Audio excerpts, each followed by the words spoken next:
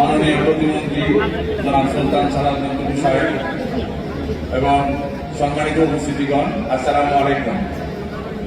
আমি একজন কৃষক। আমার পূর্বপুরুষ সবাই কৃষক ছিলেন। আমি ছোটবেলা থেকে কৃষি কাজ করি। নিজের 13% এবং অন্যের 6 বিঘা জমি আমি বর্গা চাষ করি। আমার 3টি গরু আছে।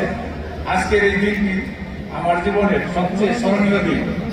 এতদিন আমাদের রাষ্ট্রীয় কোনো স্বীকৃতি ছিল না।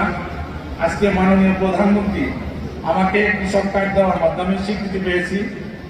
এই কার্ডের মাধ্যমে আমরা সরকারি প্রণোদনা পাবো, সার, বীজ, কীটনাশক ক্রয় করতে পারবো, কৃষি ঋণ দিতে পারবো এবং এই কার্ড ব্যক্তিগত কাজেও ব্যবহার করতে পারবো।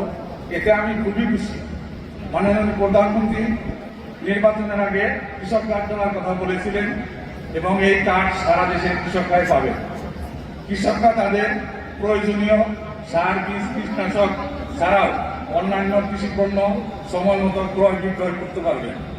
কৃষকদের এই কৃষি কার্ড দেওয়ার জন্য আমি মাননীয় প্রধানমন্ত্রী ও সরকারকে আমি আন্তরিক ধন্যবাদ জানাচ্ছি এবং মাননীয় প্রধানমন্ত্রী ও তার পরিবারের জন্য মন ভরে দোয়া করে আমার বক্তব্য শেষ